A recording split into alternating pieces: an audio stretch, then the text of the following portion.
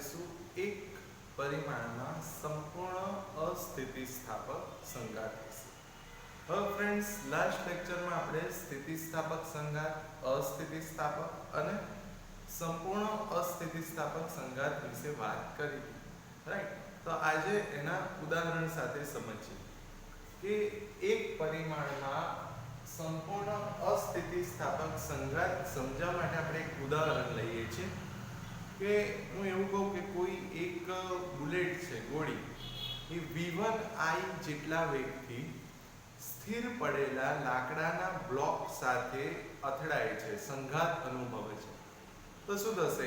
આમ જે બુલેટ છે, ગોળી છે, એ લાકડાના બ્લોકમાં ફસાઈને બંને એક સાથે ગતિ કરવાના. કારણ કે તમે ઓલરેડી તમે પિક્ચરમાં આ બધું જોયું જ છે કે બુલેટ જ્યારે કોઈ વ્યક્તિમાં એન્ટર થાય ત્યારે એ વ્યક્તિ જે છે અને બુલેટ છે બેઉ એક જ તંત્ર ગણીને એક સાથે જ ગતિ કરશે, ધક્કો લાગશે. તો આ જ ઉદાહરણ લઈએ કે કોઈ એક ગતિ કરતી બુલેટ છે એ સ્થિર પડેલા લાકડાના બ્લોક સાથે સંઘાત અનુભવે છે. ત્યારબાદ બંને એક જ તંત્ર તરીકે ગતિ કરે છે. તો હું આવું કહું કે કોઈ એક આ બુલેટ છે, બુલેટ, આ જે બુલેટ છે એનું દળ m1 છે અને એનો વેગ છે v1i પ્રારંભિક સ્થિતિ. હવે આ જે બુલેટ છે એ આ સ્થિર પડેલો લાકડાનો બ્લોક છે જેનું દળ m2 છે, એનો વેગ v2i કેટલો હશે? 0. આની સાથે અથડાય છે. તો શું થશે અથડાયા પછી? તો આ સંઘાત પછી આવું થશે કે જે બુલેટ છે એ બુલેટ આ લાકડાના બ્લોકની અંદર આ રીતના જતી રહેશે, રાઈટ? અને બંને એક જ તંત્ર તરીકે ગતિ કરશે. એટલે આનું કુલ દળ કેટલું થાય? બુલેટનું દળ m1 વત્તા બ્લોકનું દળ m2 અને બંનેનો વેગ કેટલો હશે? va. તો આ જે સ્થિતિ છે આ કઈ છે? સંઘાત પહેલા, અથડાયા પહેલા. ને આ સ્થિતિ કઈ થશે? સંઘાત પછી, રાઈટ? વાક્ય કેવું લખાય? તો આકૃતિમાં દર્શાવ્યા પ્રમાણે v1i જેટલા વેગથી ગતિ કરતી m1 દળની બુલેટ સ્થિર પડેલા લાકડાના m2 દળ ધરાવતા બ્લોક સાથે સંઘાત અનુભવે છે. ત્યારબાદ બંને vf જેટલા વેગથી ગતિ કરે છે. તો વાક્ય લખાય કે આકૃતિમાં દર્શાવ્યા પ્રમાણે v1i જેટલા વેગથી ગતિ કરતી m1 દળની બુલેટ સ્થિર પડેલા બ્લોક અથવા તો સ્થિર પડેલા m2 દળના બ્લોક સાથે સંઘાત અનુભવે છે, અથડાય છે. ત્યારબાદ બંને vf જેટલા વેગથી ગતિ કરે છે, રાઈટ? કે અથડાય છે પછી બંને એક જ તંત્ર તરીકે vf જેટલા વેગથી ગતિ કરશે. હવે અસ્થિતિસ્થાપક સંઘાત છે એનો અર્થ શું થશે? ગતિ ઊર્જા જે છે એ ગતિ ઊર્જામાં થતો ફેરફાર શૂન્ય ના થવો જોઈએ. પણ આપણને ખબર છે વેગમાનનું સંરક્ષણ તો દરેક સંઘાતમાં થાય જ. વેગમાન સંરક્ષણનો નિયમ જ છે, રાઈટ? જે આપણે ઓલરેડી ભણ્યા. તો આપણે એ ભણ્યા કે સંઘાત દરમિયાન વેગમાનનું સંરક્ષણ થાય છે. તો એનો અર્થ શું થયો? સંઘાત પહેલાનું કુલ વેગમાન બરાબર સંઘાત પછીનું વેગમાન. તો અહીં વેગમાનનું સંરક્ષણ થતું હોવાથી, કેમ? કારણ કે આપણે સાબિત કરેલું જ છે કે સંઘાત કોઈ પણ પ્રકારનો હોય પણ એ સંઘાત દરમિયાન વેગમાનનું સંરક્ષણ તો થાય જ છે, રાઈટ? તો વેગમાનનું સંરક્ષણ થતું હોવાથી સંઘાત પહેલાનું કુલ વેગમાન બરાબર શું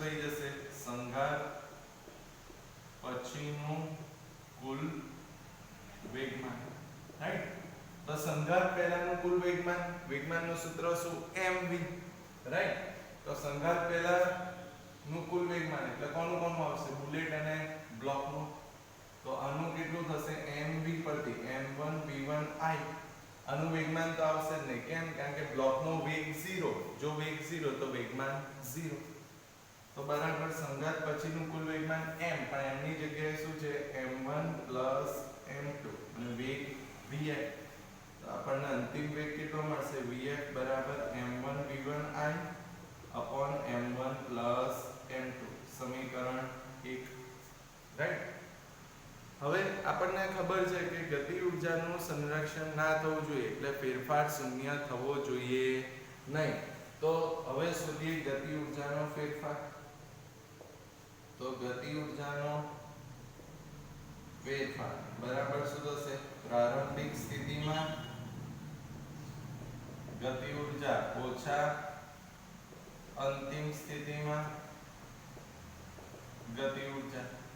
તો માટે ગતિ ઊર્જામાં ફેરફાર ડેલ્ટા કે બરાબર પ્રારંભિક સ્થિતિમાં ગતિ ઊર્જા કોની આવશે? બ્લોકની તો આવશે જ નહીં, કારણ કે એનો વેગ 0 છે. જો વેગ 0 હોય તો ગતિ ઊર્જા 1/2 mv2 0 જ આવે. તો ખાલી કોની આવશે? બુલેટની. કેટલી? 1/2 mv2 એટલે m1 વેગ કેટલો? v1 i2 ઓછા અંતિમ સ્થિતિમાં કેટલી? તો 1/2 m ની જગ્યાએ દળ કેટલું છે? m1 m2 ઇન્ટુ વેગ કેટલો? vf નો સ્ક્વેર. તો vf ખબર છે આપણને સમીકરણ 1 માં. તો ડેલ્ટા k બરાબર 1/2 m1 v1 i2 ઓછા 1/2 m1 m2 vf નો સ્ક્વેર. તો સમીકરણ 1 નો વર્ગ કરો તો આવું લખાય કે m1 square v1 i2 upon m1 m2 આખાનો વર્ગ થઈ જશે, રાઈટ? સમીકરણ 1 પરથી જ લખ્યું vf નો વર્ગ એટલે આ આખાનો વર્ગ કરો તો m1 વર્ગ v1 i નો વર્ગ upon m1 m2 નો વર્ગ. તો અહીંથી આ એક m1 m2 cancel. 1/2 m1 v1 i2 બે જગ્યાએ છે, કોમન લઈ લઈએ તો ડેલ્ટા k બરાબર 1/2 m1 v1 i2 કોમન લઈ લઈએ તો શું રહે? અહીં તો કંઈ નહીં એટલે 1 ઓછા 1/2 નીકળી ગયો. m1 નો વર્ગ છે, 1 m1 નીકળી ગયો તો m1 રહેશે upon m1 m2, રાઈટ? તો જુઓ કે ગતિ ઊર્જા કેટલી આવી? ગતિ ઊર્જાનો ફેરફાર 1/2 m1 v1 i2 into 1 minus m1 upon m1 plus m2. હવે અહીં ગતિ કરતા જે પણ પદાર્થ છે m1 છે m2 તો સ્થિર છે, પછી બંને ગતિ કરે તો દળ કદી શૂન્ય થાય ખરું? તો દળ તો કદી શૂન્ય ના થાય. તો જો દળ કદી શૂન્ય ના થાય તો ડેલ્ટા k શૂન્ય થાય ખરો? ના થાય. તો delta k does not equals to 0. એનો અર્થ શું થયો? આ કેવો સંઘાત છે? સંપૂર્ણ અસ્થિતિસ્થાપક સંઘાત, રાઈટ? તો ફરી એકવાર ક્વેશ્ચન શું પૂછે તમને? તો એક પરિમાણમાં સંપૂર્ણ અસ્થિતિસ્થાપક સંઘાત ઉદાહરણ આપી સમજાવો. તો ઉદાહરણ કોનું આપવાનું? તો ગતિ કરતી બુલેટ સ્થિર પડેલા બ્લોકમાં પ્રવેશે અથવા અથડાય તો સંઘાત પછી શું થશે? અથડાયા પછી શું થશે? તો બંને એક જ તંત્ર સાથે vf જેટલા વેગથી ગતિ કરશે. પણ આપણને ખબર છે કે કોઈ પણ સંઘાત હોય વેગમાનનું સંરક્ષણ તો થાય જ છે, આપણે સાબિત કરેલું છે, રાઈટ? તો એનો અર્થ શું થયો? કે સંઘાત પહેલાનું કુલ વેગમાન બરાબર સંઘાત પછીનું કુલ વેગમાન. હવે સંઘાત પહેલાની વાત કરીએ તો બુલેટનું વેગમાન mv પરથી m1 v1 i. આનું તો વેગમાન આવશે જ નહીં કારણ કે વેગ 0 છે. તો સંઘાત પછીનું શું? તો m ની જગ્યાએ m1 m2 અને વેગ vf. તો અંતિમ વેગ કેટલો મળ્યો? m1 v1 i upon m1 m2. હવે ગતિ ઊર્જામાં ફેરફાર લખવો હોય તો પ્રારંભિક ગતિ ઊર્જા ઓછા અંતિમ ગતિ ઊર્જા. પ્રારંભિક સ્થિતિમાં ગતિ ઊર્જા તો બ્લોકની તો આવશે જ નહીં કારણ કે એનો વેગ 0 છે. તો બુલેટની ગતિ ઊર્જા 1/2 mv2 પરથી 1/2 m1 v1 i નો વર્ગ ઓછા અંતિમ સ્થિતિમાં 1/2 m ની જગ્યાએ m1 m2 into vf નો સ્ક્વેર. સમીકરણ 1 માં vf ની કિંમત ખબર છે અહીં vf નો વર્ગ છે તો કઈ નહીં વર્ગ કરો તો 1/2 m1 v1 i સ્ક્વેર ઓછા 1/2 m1 પ્લસ m2 vf નો વર્ગ એટલે m1 નો વર્ગ v1 i નો વર્ગ અપોન m1 પ્લસ m2 આખાનો વર્ગ અહીંથી એક m1 પ્લસ m2 જતા રહે તો 1/2 m1 v1 i square common તો 1 minus m1 upon m1 plus m2 એનો અર્થ આ સમીકરણમાં દળ છે રાઈટ અને વેગ છે તો દળ અને વેગ કદી શૂન્ય થવાના છે જ નહીં રાઈટ જો શૂન્ય થાય જ નહીં તો એનો અર્થ ગતિ ઊર્જાનો ફેરફાર શૂન્ય થશે નહીં અને જો ફેરફાર શૂન્ય ના થાય તો એનો અર્થ શું થયો કે અહીંયા આગળ આ જે સંઘાત છે કેવો થયો સંપૂર્ણ અસ્થિતિસ્થાપક સંઘાત થયો તો આ વાત કરી આપણે ફ્રેન્ડ્સ 2 અથવા તો 3 માર્ક્સનો પ્રશ્ન કે એક પરિમાણમાં સંપૂર્ણ અસ્થિતિસ્થાપક સંઘાત સમજાવો હવે જોઈએ ફ્રેન્ડ્સ દ્વિપરિમાણમાં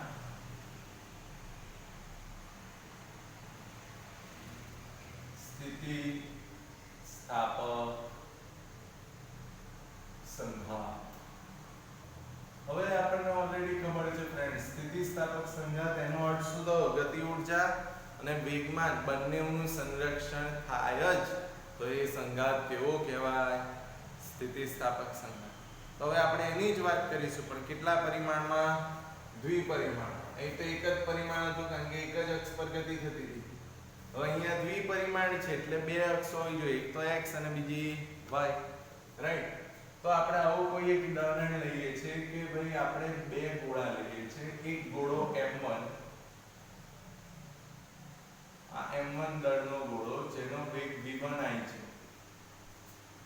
આ m2 દળનો ગોળો જેનો વેગ v2i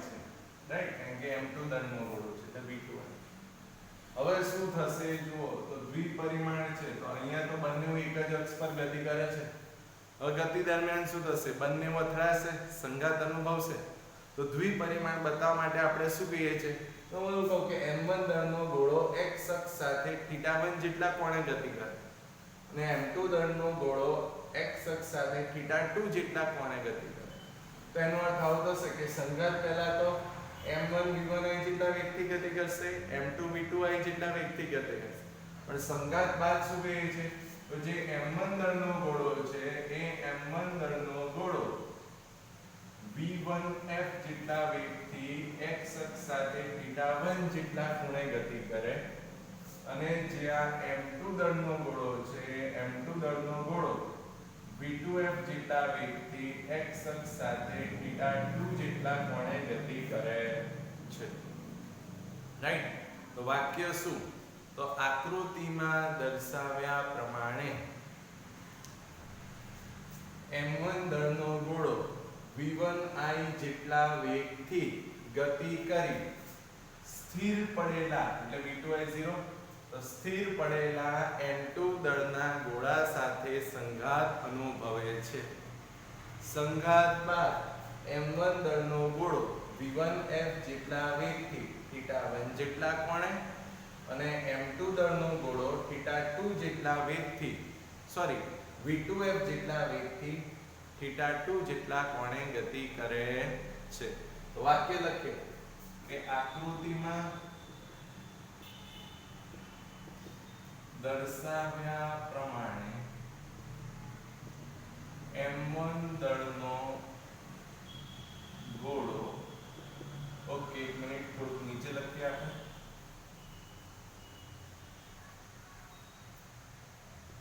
આકૃતિમાં દર્શાવ્યા પ્રમાણે m1 દળનો ગોળો v1i જેટલા વેગથી ગતિ કરી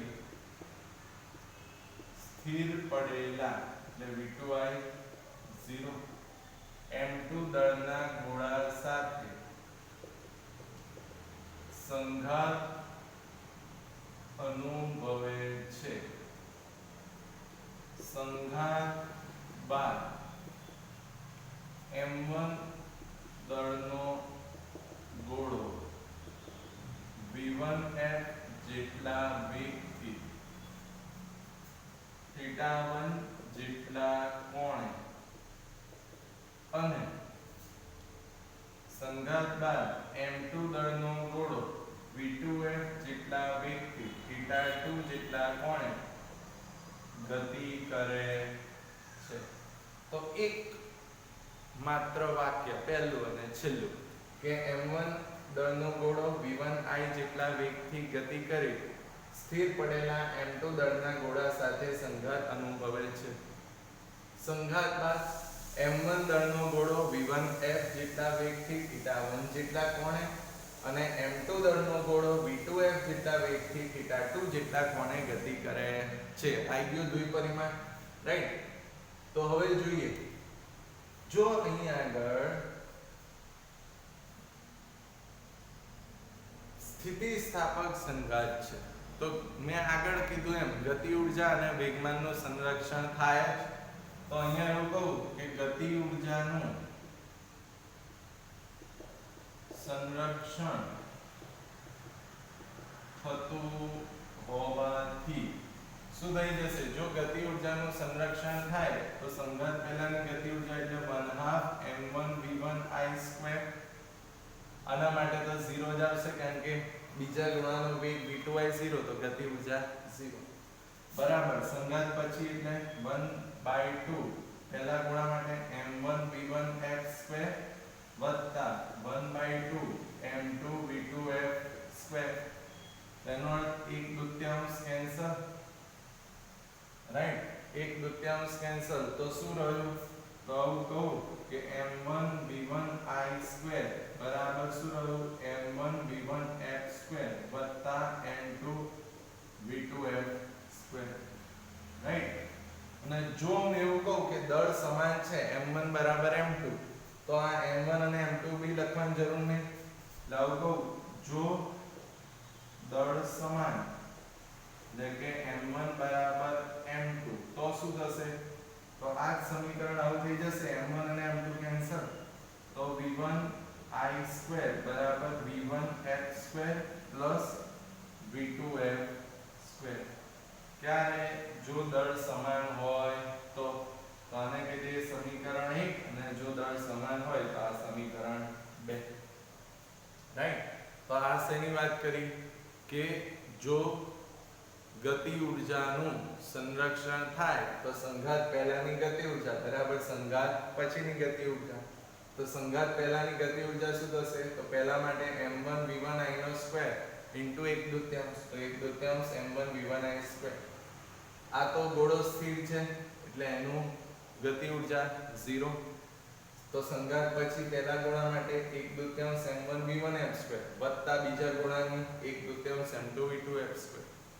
1/2 કેન્સલ તો શું રહે? m1v1i² બરાબર m1v1f² વત્તા m2v2f². જો હું એવું કહું કદાચ કે દળ સમાન છે તો શું થશે? v1i² બરાબર v1f² વત્તા v2f². હવે તો બીજું વેગમાન માટે લખવું પડશે. તો વેગમાનનું સંરક્ષણ થતું હોય તો શું? તો વેગમાનનું સંરક્ષણ થાય તો અથવા તો વેગમાનનું સંરક્ષણ થવાનું જ છે એટલે વેગમાનનું સંરક્ષણ થતું હોવાથી સંઘાત પહેલાનું કુલ વેગમાન બરાબર સંઘાત પછીનું કુલ વેગમાન. તો સંઘાત પહેલાનું વેગમાન પહેલા ગુણા માટે શું થશે? m1v1i. બીજા ગુણાનું તો આવશે જ નહીં, 0 જ બરાબર. સંઘાત પછીનું શું થશે? m1v1f વત્તા m2v2f કારણ કે p બરાબર mv. તો સંઘાત પહેલા m1v1i બીજા ગુણાનું તો 0 કેમ? કારણ કે બીજા ગુણાનો વેગ કેટલો છે? 0 બરાબર. સંઘાત પછીનું તો m1v1f વત્તા m2v2f. તો આને કહીએ સમીકરણ નંબર 3, રાઈટ? હવે જુઓ અહીંયા આગળ જે વેગમાન છે, વેગમાન તમને બધાને ખબર છે સદિશ રાશિ છે, રાઈટ? જો સદિશ રાશિ હોય તો આપણે એને સદિશના સ્વરૂપમાં પણ લખી શકીએ, રાઈટ. તો સદિશના સ્વરૂપે લખવું હોય તો આવું લખાય કે સદિશ સ્વરૂપે જો દળ સમાન હોય તો શું થશે? તો સદિશ સ્વરૂપે જો દળ સમાન હોય તો સમીકરણ 3 પરથી દળ સમાન છે એટલે m1 અને m2 લખવાની જરૂર નહીં, કેન્સલ થઈ જાય. તો શું રહેશે કે v1i બરાબર v1f વત્તા v2f. તો આ શું થઈ ગયો? સદિશ સ્વરૂપ ઉપર ખાલી સદિશ કરી દીધો, રાઈટ. હવે હું એવું કહું મને v1f અને v2f વચ્ચેનો આ ખૂણો શોધવો છે θ1 વત્તા θ2 કેટલો, રાઈટ. કારણ કે આ ખૂણો તો આખો θ થઈ જશે. તો આ v1f અને v2f વચ્ચેનો ખૂણો θ, તો θ1 વત્તા θ2 થઈ જાય. તો એનો અર્થ શું થયો? તો મારે v1f અને v2f વચ્ચેનો ખૂણો શોધવો હોય તો બંને બાજુ વર્ગ કરી દઈએ. તો બંને બાજુ વર્ગ કરીએ તો શું થશે? તો આવું લખું કે v1i નો વર્ગ બરાબર અહીંયા આગળ a વત્તા b નો વર્ગ થશે. એટલે આવું થાય ને કે v1f વત્તા v2f નો વર્ગ. તો a વત્તા b ના વર્ગનું સૂત્ર છે. તો શું થશે? તો આવું લખાય v1i² બરાબર v1f² વત્તા v2f² વત્તા 2ab એટલે 2 v1f v2f અને બે સદિશ વચ્ચેનો ખૂણો cos θ. કારણ કે 2 v1f v2f પણ ઉપર સદિશ છે તો a ડોટ b એટલે ab cos θ. તો અહીંયા આગળ શું થશે કે v1i² બરાબર v1f² વત્તા v2f² વત્તા 2 v1f v2f cos θ. પણ જુઓ v1i² બરાબર શું છે? v1f² વત્તા v2f². તો v1i² બરાબર v1f² વત્તા v2f². તો આ બધું કેન્સલ થઈ જશે. ક્યાંથી? તો સમીકરણ 2 પરથી. તો આ કેમ લખ્યું? તો 2 પરથી. તો એનો અર્થ શું થયો? તો 2v1f v2f cos θ બરાબર 0 થયું. અહીંયા જુઓ 2v1f v2f cos θ બરાબર 0. તો માટે cos θ બરાબર 0. તો cos માં 0 ક્યારે આવે? 90 ડિગ્રી. એનો અર્થ શું થયો કે જો બંને ગોળાનું દળ સમાન હોય તો એ બે ગોળાઓ વચ્ચેનો ખૂણો સંઘાત પછી θ કેટલો હોવો જોઈએ? 90 ડિગ્રી હોવો જોઈએ, રાઈટ. ફરી એકવાર જુઓ, દ્વિપરિમાણમાં સંઘાત છે તો એનો અર્થ શું થયો? તો દ્વિપરિમાણમાં જો સંઘાત હોય તો ગતિ ઊર્જાનું સંરક્ષણ થવાનું. કારણ કે સ્થિતિસ્થાપક સંઘાત છે તો સંઘાત પહેલાની ગતિ ઊર્જા બરાબર સંઘાત પછીની. તો સંઘાત પહેલા 1/2 m1 v1i², બીજા ગોળા માટે તો આવશે ને બરાબર. સંઘાત પછીની 1/2 m1 v1f² વત્તા 1/2 m2 v2f². જો દળ સમાન હોય તો m1 અને m2 કેન્સલ થઈ જાય, લખવાની જરૂર નહીં. તો v1i² શેના બરાબર થાય? v1f² વત્તા v2f² બરાબર થાય. સમીકરણ 2 કહી દીધું. વેગમાનનું પણ સંરક્ષણ થાય જ કારણ કે સ્થિતિસ્થાપક સંઘાત છે. તો વેગમાનનું સંરક્ષણ થાય એટલે m1 v1i બરાબર m1 v1f વત્તા m2 v2f.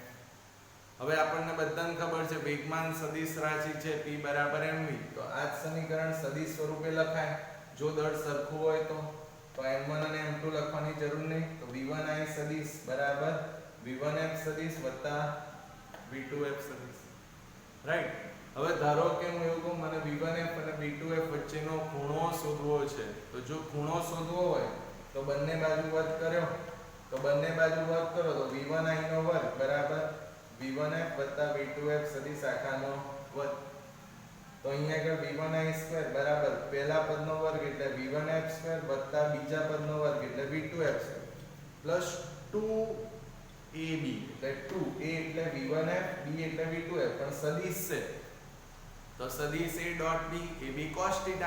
તો અહીંયા આગળ શું થશે? 2v1f v2f cos θ.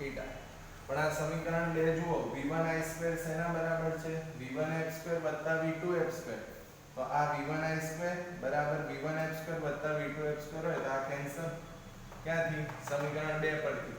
તો તો 2v1f v2f cos θ બરાબર શું થયું 0 તો cos θ 0 તો θ cos માં 90 ક્યારે સોરી 0 ક્યારે આવે તો આપણને ખબર છે cos 90 ની કિંમત કેટલી 0 તો એનો અર્થ cos θ 0 હોય તો θ કેટલો થાય 90 ડિગ્રી એટલે કે જો દ્વિપરિમાણમાં સ્થિતિસ્થાપક હોય અને બંને ગોળાનું દળ એક સરખું હોય તો તે બે ગોળા વચ્ચેનો ખૂણો સંઘાત પછી કેટલા ડિગ્રી થાય 90 ડિગ્રી થાય તો આ વાત આપણે શેના વિશે કરી દીધી દ્વિપરિમાણમાં સંઘાત હજી કોઈને આગળ ઘટક દર્શાવવા હોય તો ઘટક પણ તમે દર્શાવી શકો x ઘટક અને y ઘટક કઈ રીતે તો જુઓ આ x ઘટક થવા x અક્ષ પર તો આ પહેલો ઘટક શું થશે m1 v1f નો θ1 છે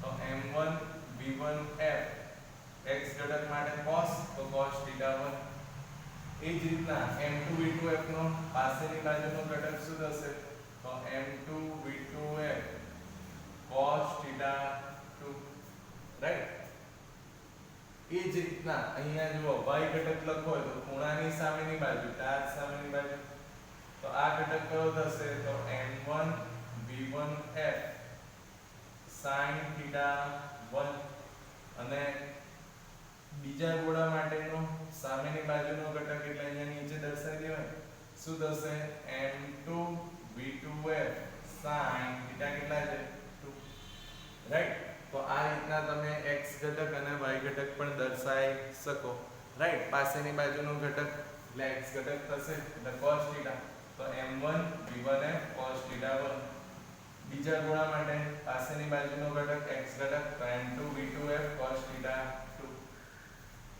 સામેની બાજુનો ઘટક લખવો હોય તો સામેની બાજુનો ઘટક ક્યાં થશે તો ખૂણાની સામેની બાજુ એટલે આ થઈ તો m1 v1f sin θ1 અને બીજા ગોળા માટે સામેની બાજુ એટલે અહીંયા અથવા અહીંયા દર્શાવો તો m2 v2f sin θ2 રાઈટ તો આ આપણે શું દર્શાવી દીધા ફ્રેન્ડ્સ તો જે ઘટકો છે એ ઘટકો આપણે દર્શાવી દીધા હજી તમારે એ ઘટકો લખવા હોય તો આ રીતના તમે લખી શકો કે જો મારે ઘટક સ્વરૂપે દર્શાવવા છે તો જો હું અહીંયા લખું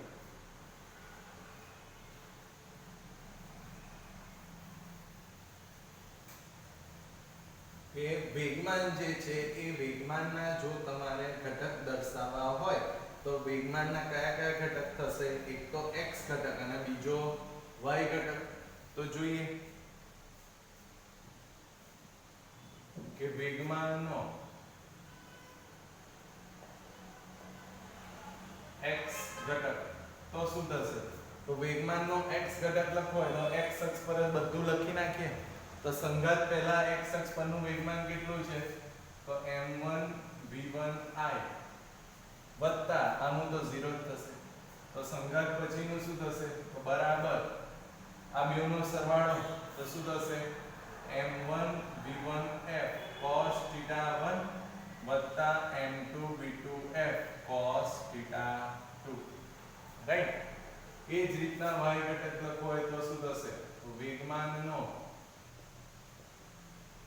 y ઘટક તો સંઘાત પહેલા y અક્ષ પર કશું જ નથી જો પણ ક્યાં છે સંઘાત પછી છે તો સંઘાત પહેલા કશું જ નથી y અક્ષ પર તો 0 અને સંઘાત પછી y અક્ષ પરના ઘટક આ બેવ છે ઉપર ધન y છે એટલે m1 v1f sin θ1 પ્લસ અને આ નીચે છે એટલે minus m2 v2f sin θ2 right તો ફ્રેન્ડ્સ આ આપણે શું દર્શાવી દીધા તો જો તમારે વેગમાનના ઘટક લખવા હોય તો તમે આ રીતના દર્શાવી શકો x ઘટકમાં તો સંઘાત પહેલાનું વેગમાન x અક્ષ પર આ એક જ આવશે m1 v1 સંઘાત પછી આ બેવનો સરવાળો લખી નાખ્યો અને y અક્ષ પર સંઘાત પહેલા કશું જ નથી તો 0 રાઈટ અને સંઘાત પછી બે ઘટક છે ઉપર ધન y માં બીજો ઋણ y માં તો m1 v1f sin θ1 ઋણ y છે એટલે માઈનસ m2 v2f sin θ2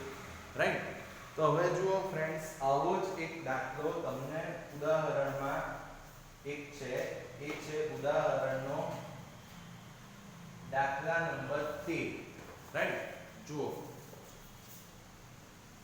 ઉદાહરણનો દાખલા નંબર 13 રાઈટ આવી રકમ છે કે આકૃતિમાં દર્શાવ્યા મુજબ સમાન દળ m1 બરાબર m2 ના બે બિલિયર્ડ બોલની વચ્ચેની અથડામણ દર્શાવી છે. પ્રથમ બોલ મારક કહેવાય અને બીજો બોલ લક્ષ્ય કહેવાય. રાઈટ પહેલાને મારક નામ આપ્યું છે અને બીજાને લક્ષ્ય નામ આપ્યું છે. બિલિયર્ડનો ખેલાડી લક્ષ્ય બોલને ખૂણાના કાણામાં નાખે છે તો θ2 30 ડિગ્રીના θ2 37 ડિગ્રીના કોણે છે. ધારો કે અથડામણ સ્થિતિસ્થાપક છે તો θ1 મેળવો. તો આપણને θ2 આપેલો છે. θ2 37 ડિગ્રી છે રાઈટ. તો સ્થિતિસ્થાપક છે તો θ2 આપણને આપ્યા છે 37 ડિગ્રી. તો θ1 શોધવાના કીધા છે. તો ઓલરેડી આપણને ખબર છે જો સ્થિતિસ્થાપક સંઘાત હોય તો θ કેટલા 90 ડિગ્રી અહીંયા જ સાબિત કર્યું. તો અહીં સ્થિતિસ્થાપક સંઘાત હોવાથી શું થશે ફ્રેન્ડ્સ θ બરાબર 90 ડિગ્રી અને θ એટલે શું થયો θ1 θ2 માટે θ1 θ2 બરાબર 90 ડિગ્રી. તો માટે θ1 બરાબર 90 ડિગ્રી માઈનસ θ2 એટલે 90 ડિગ્રી માઈનસ 37 ડિગ્રી. તો માટે θ1 બરાબર કેટલા થઈ જશે 57 ડિગ્રી રાઈટ. તો એકદમ ઈઝી છે કે સ્થિતિસ્થાપક સંઘાત માટે આપણે સાબિત કર્યું કે θ એટલે કે θ1 θ2 કેટલા હોય 90 ડિગ્રી. તો એક ખૂણો આપે ને બીજો શોધવાનો કે તો તમને આવડે જ રાઈટ. તો આજે ફ્રેન્ડ્સ આપણે શેની વાત કરી દીધી તો એક પરિમાણમાં અસ્થિતિસ્થાપક સંઘાત અને એ પછી આપણે ભણ્યા દ્વિપરિમાણમાં સ્થિતિસ્થાપક સંઘાત. Okay friends thank you.